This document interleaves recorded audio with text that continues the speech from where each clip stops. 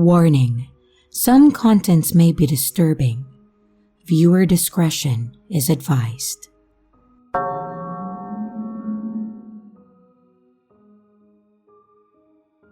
It was New Year's Eve 2020. I had just finished my shift as a server at a sports bar/restaurant downtown. I, a 26-year-old female, had been working there for about 2.5 years. I headed over to a nearby bar that lots of other fellow servers in the area frequented. While I was there drinking, I noticed the man there who was a regular at that place that I worked at. I saw him all the time, multiple times a week, but since he always sat at the bar rather than at tables, I had never actually spoken to him. This man was middle-aged, quiet, and always dressed nicely in a business attire. And as I passed by him, I greeted him in a friendly way, just, "Oh hey, I see you at my workplace all the time." Just meaning it as a casual hello, and not intending for it to be anything more than that. This man, who was double my age, proceeded to tell me, "Well, I have been watching you for the past 3 years." He started telling me about how he would always watch me working while he sat at the bar. He also worked across the street, so he would watch me walk to lunch shifts from his office window. I don't remember everything he said to me, but he really emphasized how long he had been watching me and waiting to talk to me for 3 years. It had actually been less time than that, since I've only worked there for 2.5 years.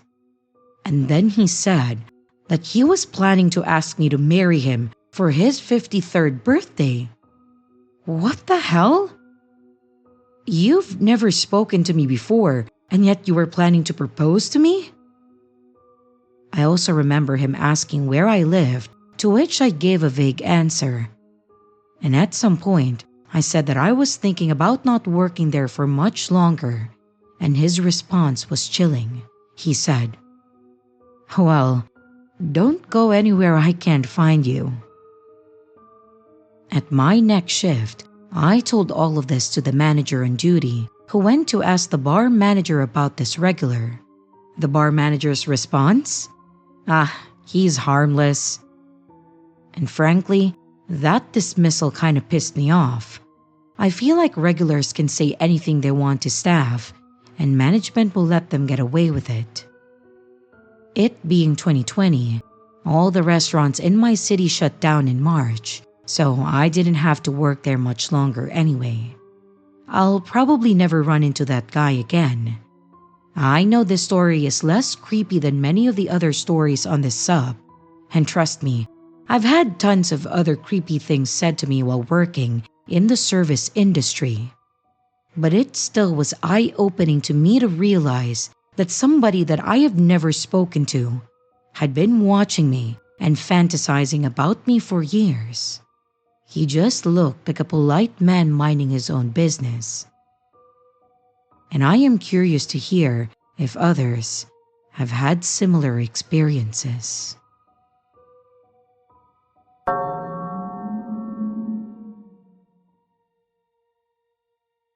At the place I used to live in, I moved out a month ago, partly due to how unsettled I felt since this happened in December. Our door was on an alleyway that ran between 2 perpendicular named streets. Halfway between parallel named streets, we would park on one of the perpendicular streets and then walk the half block to our door. There's multiple houses on the alleyway and a line of houses between our house and the parallel street on the same side of the alleyway as our place. This information is all important. I was walking from my car to my house at around 8 p.m., so it was dark, there were no streetlights on the alley, and I was climbing the 3 steps that led to the door when someone starts calling to me from behind me. I live with 2 other girls, and all of us mid-20s, and we share many friends. I hadn't seen my roommates' cars on the street, so I assumed that it was someone I knew based on the way they were calling to me, and they had beaten my roommates getting to our place. I turned around and go, "Hi," and start trying to figure out who this man is. I'm not understanding what he's saying, and soon realize that he's speaking Spanish. Once he gets near the 3 steps, I can see him because the porch lights is on, and also realize that I have no idea who he was. I keep saying, "Como te llamas?" and I'm telling him to go away and back up and pointing away. But he then climbs the steps and gets within 6 inches of me, repeating himself. I tell him that I have a knife, a puny one that's more like a 1/2-inch long box cutter, and I pull it out to show him. I used to have pepper spray on my keys, but it had been taken by TSA a couple of months prior, and I never got around to buying a new one. He keeps repeating himself, swaying as he stood there, and I progressively get louder and louder, pointing at him and pointing away, saying "go," and he will say "no sé," and then keep asking my name. Since my roommates are gone and I don't want him trying to follow me inside, I then push past them to hop off the doorstep and walk around my house and up the driveway of my neighbors that live on the parallel street that's the same side of the alleyway as my house. I am nearly running at this point. I get to the townhouses and I bang on 2 doors that share steps leading down to them to increase my odds of someone answering. And then he follows me. I'm crying and I'm hysterical at this point, and he starts saying "lo siento" while I'm alternating between screaming at him to leave and banging on the doors saying, "Please help me. I'm your neighbor behind you. You'll recognize me. This man is really scaring me. Please, please, please, I'm begging you." It takes a few minutes, but I hear a man inside one of the townhouses say, I'm coming. He goes to his 2nd floor balcony that's right above his front door. And then he looks at me, and then he recognizes me. He sees the man that's following me standing behind me and yells, "What the fuck are you doing? Get out of here!" And the creep just keeps saying "lo siento" and never leaves. After what felt like an eternity, my neighbor then opens his doors and yells at the man to leave some more, while I rush inside, drop my bag, and break down sobbing and hyperventilating even harder on his couch. My neighbor then closes and locks the door, and we hear the creep walk up to his door and then lean on it and keep speaking Spanish through it to us. My neighbor then calls the cops for me since I can barely speak, and his wife comes down to see what's going on. As does his very friendly husky, who lays his head on my lap, barks at the creep through the door, and then comes back to huddle up against me. His wife talks to me and gets me water, and the cops show up minutes later because they had been around the corner responding to a different call from another woman that I live close by about the same guy. And the cops this time take him into their custody. I have the video of him walking up my steps to be inches away from me from our Ring camera, and unfortunately, obsessively watched it afterwards. I went on a mental health leave for a few days from work, and my parents both sobbed from fear of what may have happened. I don't remember the last time that I saw my dad cry, and I thank God for my neighbors.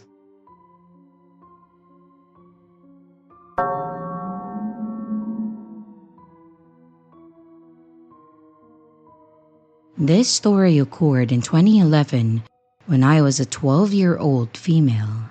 For context, 2 years before this, my family and I moved to Canada. I'm French/German, and before the move, we lived in France. Over Christmas break, we went back home to visit family. We spent a week in France with my mom's side of the family before heading to Germany to see my dad's side.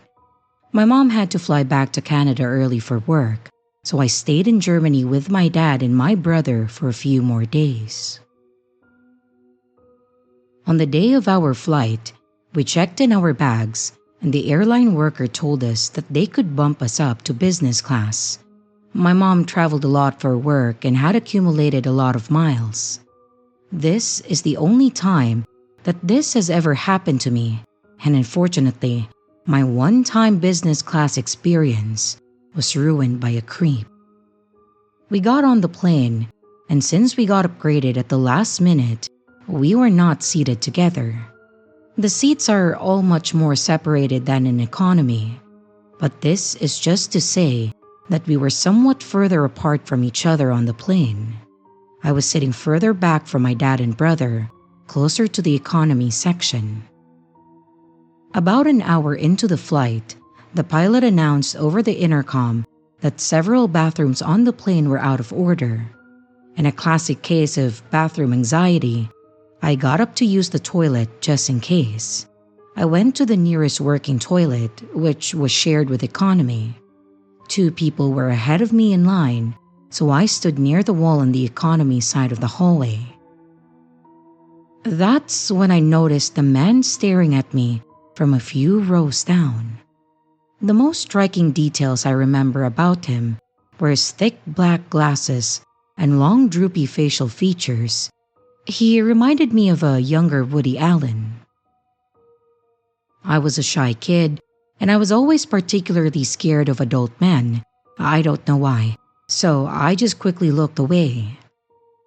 A moment later, he got up and then walked over. He asked if I was also waiting in line for the bathroom, and I nodded. And then, he asked if I was sitting in economy. Being a naive 12-year-old and a bit of a dumbass, I pointed toward my seat in business class. By this point, the people ahead of me had already gone in, and I was next in line. That's when he leaned closer and told me that he had a trick for spying on people in airplane bathrooms. I didn't know how to react, so I gave an awkward laugh and I stayed quiet. I don't remember exactly what he said, but he was fiddling with the occupied sign and told me that he knew how to lift it to look inside. While he was talking, he had this crooked smile on the edge of his lips, which widened when he told me that once it was my turn, he would be able to see what I was doing. And before I could process what he had said, I heard the toilet flush. The person inside left and the strange man made a go on in kind of gesture with his arms.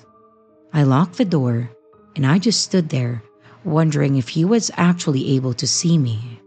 My bathroom anxiety took over, and I went to use the toilet anyway, all the while staring at the lock to see if it moved, and thankfully nothing happened.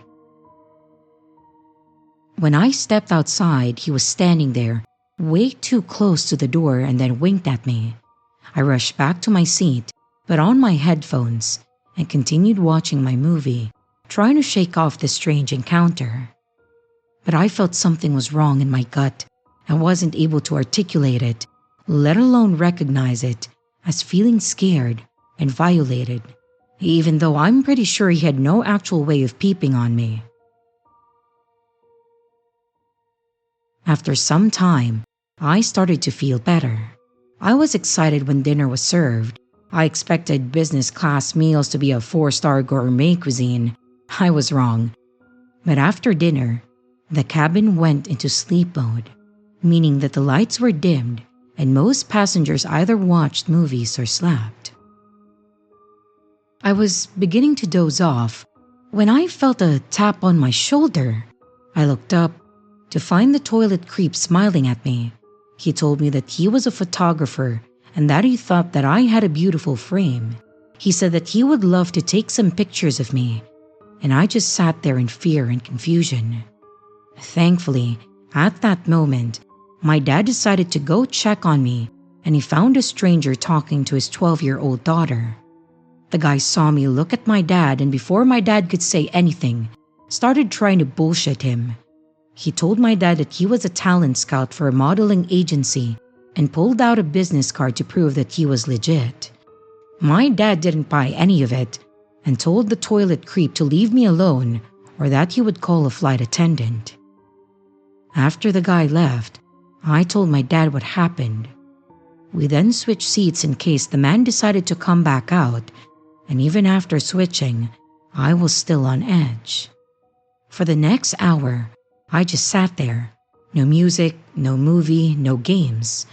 I just stared ahead, and every once in a while, I turned back to where my dad was sitting to make sure that the man hadn't tried to come back. As I was drowning in my anxiety, we got another message from the pilot. Apparently, there were more plane malfunctions, and among other things, there was only one working toilet left. Even though we were already near halfway to Toronto, the plane ended up turning around back to Munich. Now, I know that this was my terrified 12-year-old mind at work, but I started spiraling.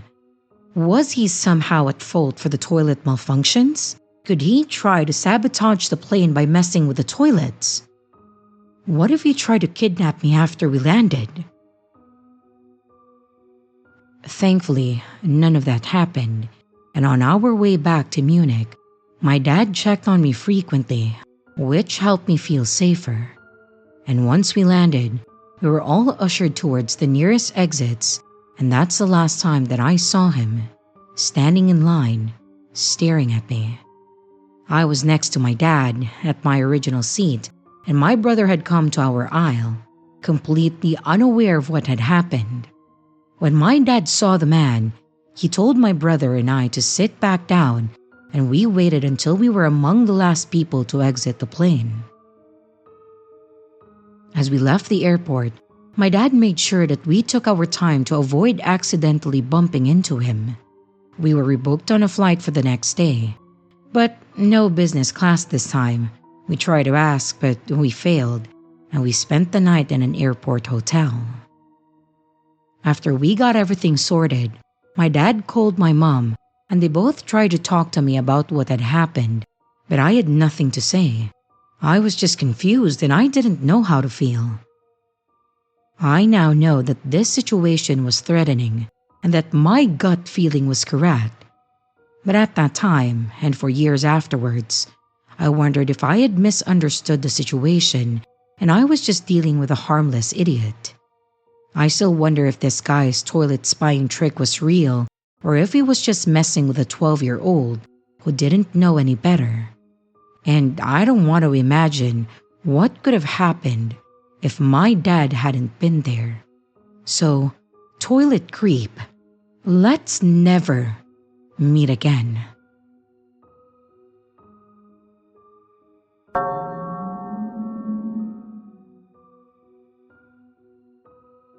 This happened at a decently known database company based in New York City. The name is Insect Inspired. I honestly don't even want to consider him a coworker because just thinking about it makes my blood boil. Why do some people treat Slack like it's Tinder or something? This guy used to be someone that I thought was nice at work, but now that I think about it, he said some weird stuff. Admitted to snooping around the office space when no one's there, asking me man or bear, giving me weird flirty remarks that I swept under the rug since he's mentioned having a partner at that time. So I just assumed that was the way he was with women. But then, he started saying that we should hang out more. I have no problem with guys being friendly, but this guy just seemed off. Maybe he was trying to make his work wife, I don't know. Whatever it was, I wasn't interested in engaging with it, and I made that clear. But here's when things started going south. It all started when he sent me a simple "hey" on Slack. Nothing else. I didn't respond because, frankly, replying to him wasn't my priority. A day later, he followed up with, "Hey, I don't know what I did wrong, but I feel like you're avoiding me. If you don't want to talk to me, just say so, and I won't try to talk to you again." This was on Slack, by the way. I thought that this is an extreme reaction to someone not responding to a single message.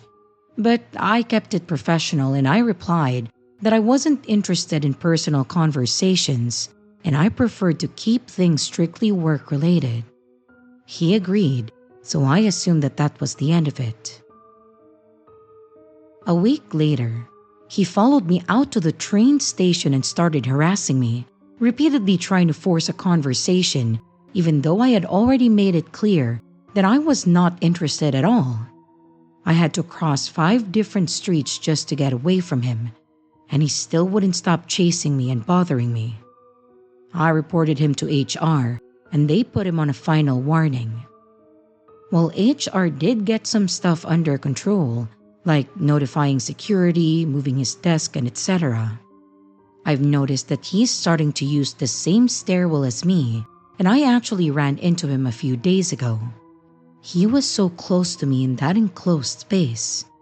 He had the nerve to try and intimidate me by making direct eye contact, and I almost had a panic attack. This is starting recently. I don't think it's a coincidence, since he sits all the way across the room and the stairwell is nowhere near close to him. There's multiple entrances closer to him. Should I report him to HR again? Or do you all think that they'll dismiss this as a coincidence?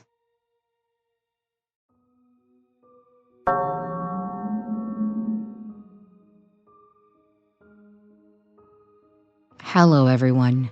This is a bit embarrassing to say, but I think I may have had a stalker for a brief period. It was nothing crazy, but thinking back, I bumped into her too many times to just be pure coincidence. So I'm writing this here to see what everyone else thinks. So I, a 27-year-old male, work at a nightclub as a bartender. I've been working here for a few years at this point, so getting hit on by drunk girls was nothing new to me. But this time, it was different.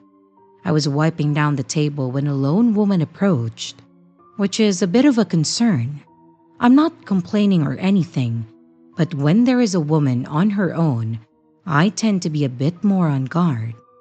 It's a personal thing that's not required by the job, but I tend to keep a bit of an eye out to make sure that nothing or no one spikes their drinks. If you think people notice someone walking up and putting something in your drink, you'd be surprised by how easy it is.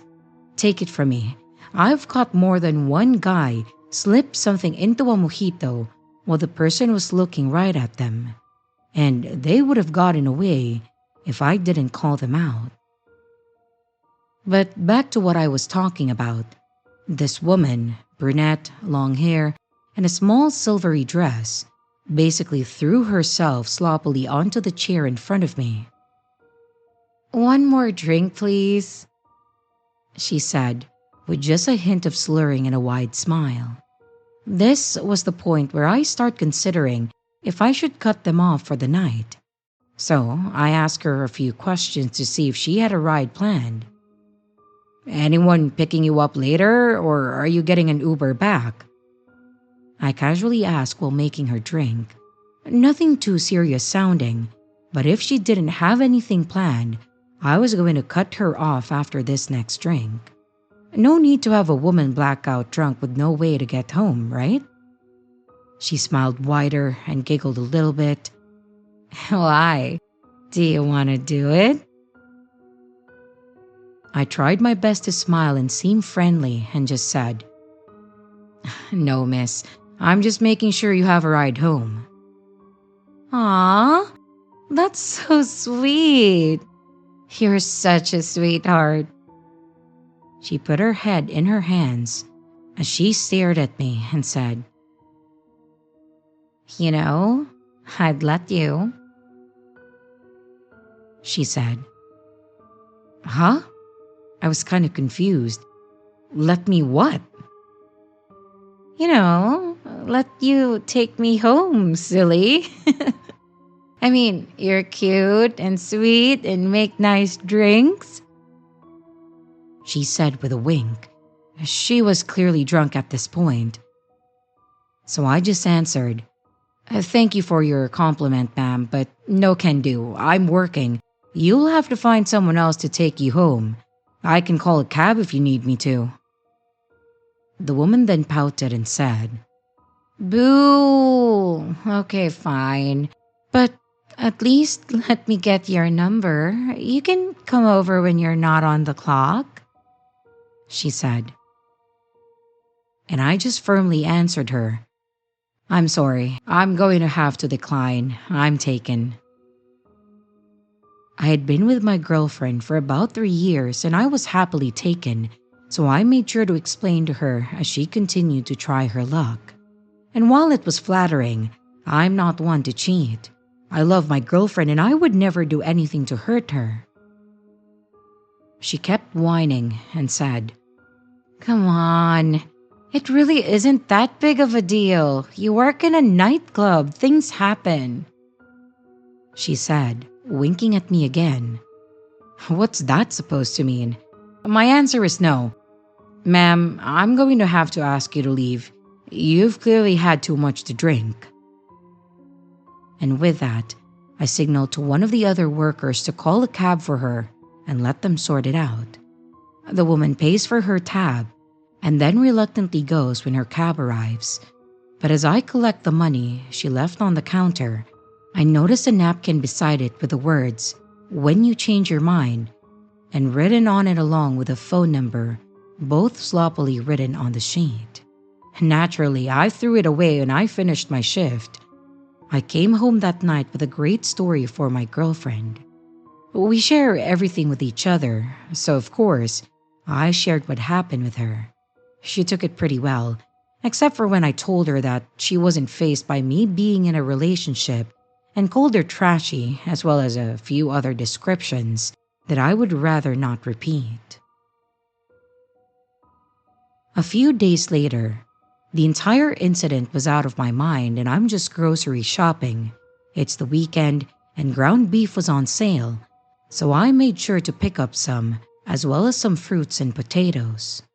While I was looking at some bell peppers, well, guess who I see in the aisle beside mine pushing a cart?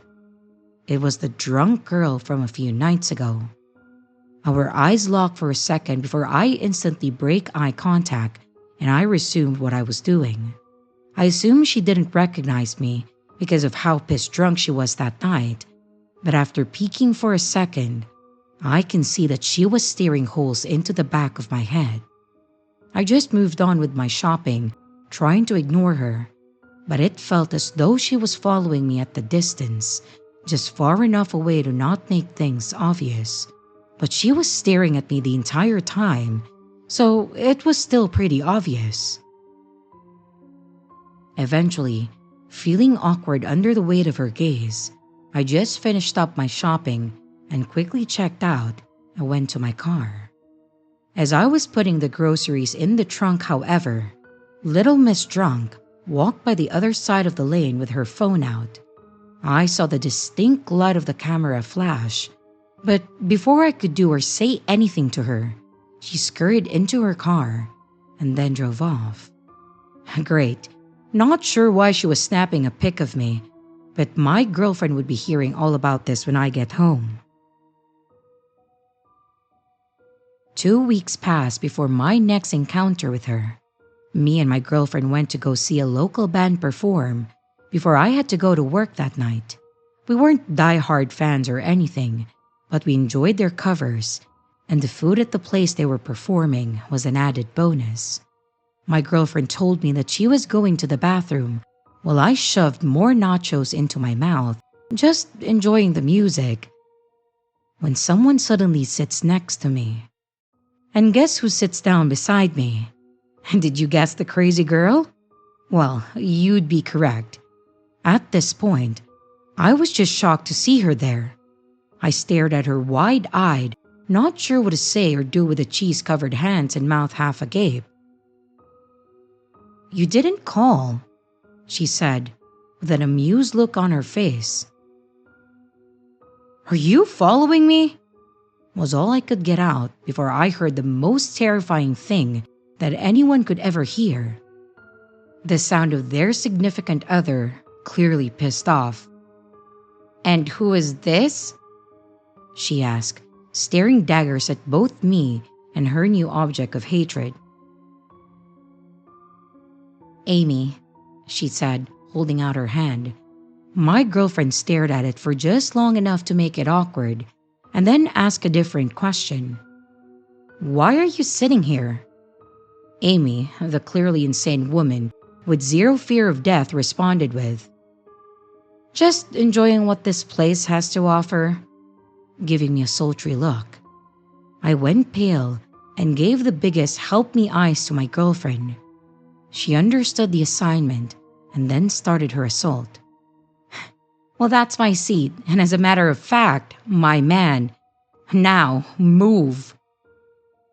With her tone and facial expressions, it didn't take long until Amy was walking out the door. And sitting down, her ire turned to me expectantly. That's when I informed her that this was the girl who threw herself at me drunk one night and then followed me around the grocery store a different day. She seemed to understand that I was satisfied with my answer, so I got to spend the rest of the date in peace while we occasionally talked about her. However, after our date was when things got out of hand. I had to go to work, and everything was fine at the first half. I had just gone on a break and then went over to the staff room when I heard a knock on the door. I thought that it was odd, since everyone had a key, so there would be no need to knock. But on the off chance that someone misplaced theirs or forgot about it, I just got up and opened the door. Well, big mistake, because the second that I did, a familiar crazy brunette got her foot in the door.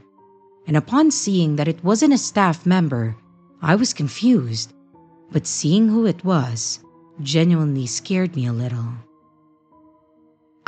This is the staff room. You can't be here," I said, hoping to get her to leave. "Yeah, but there's no one at the bar and my friends wanted some drink, so when I saw you head in here, I thought I'd ask." I can't say for sure if this was a lie, but she was alone the first night that I saw her, so I wasn't sure if this was the truth or just an excuse to get to me. "It doesn't matter, you shouldn't be back here," I said, and I tried to close the door, but when I said that she got her foot in the door, it wasn't a figure of speech. She genuinely had her foot wedged in the door. I was considering pushing her back before I heard another guy's voice. "Hey, what are you doing here?" It was Mitchell, one of my coworkers. "You can't be here, lady, so I'm gonna ask you to leave now," he said, rather commandingly. Mitchell was usually a really chill dude, but he could be scary if he wanted to, and it was clear that he wanted to this time around. Amy gives a stiff nod and took her foot out of the door and said a quick sorry before speed walking out of there. Mitchell then asked what happened, and I filled him in and he told me that he would handle it. And when I came back from my break, I could see Amy leaving and I never saw her again. So, people of Reddit, was she stalking me? Or was she just a weirdo?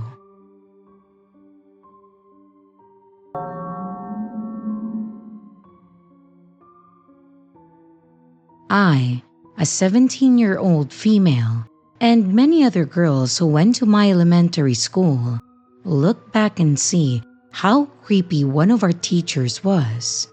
I'll call him Mr. B, and from what I was told, he did the most with me.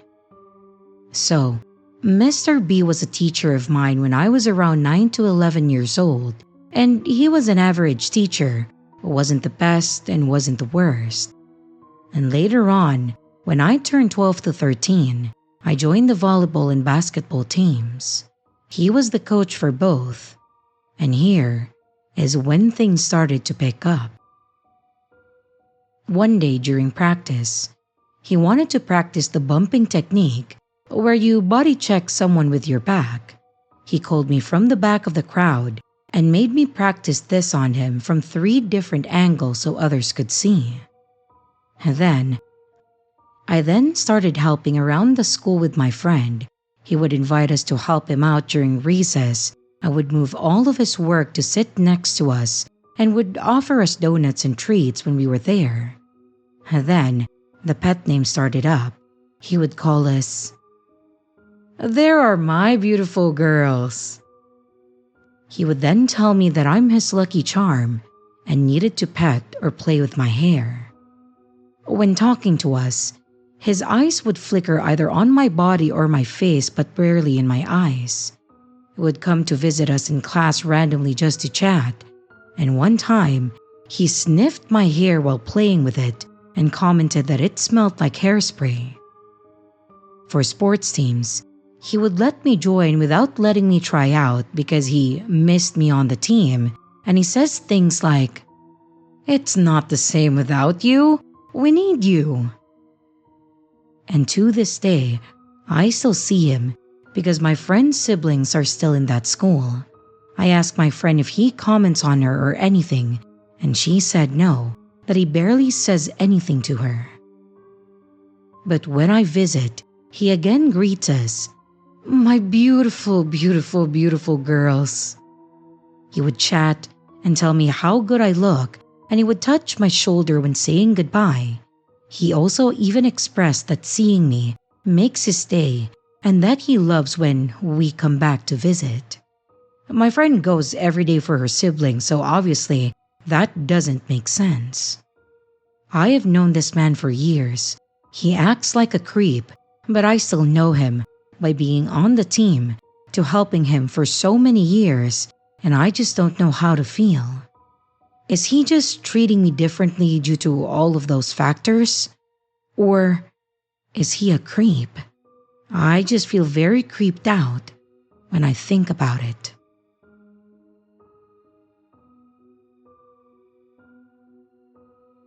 And here's the riddle for this video.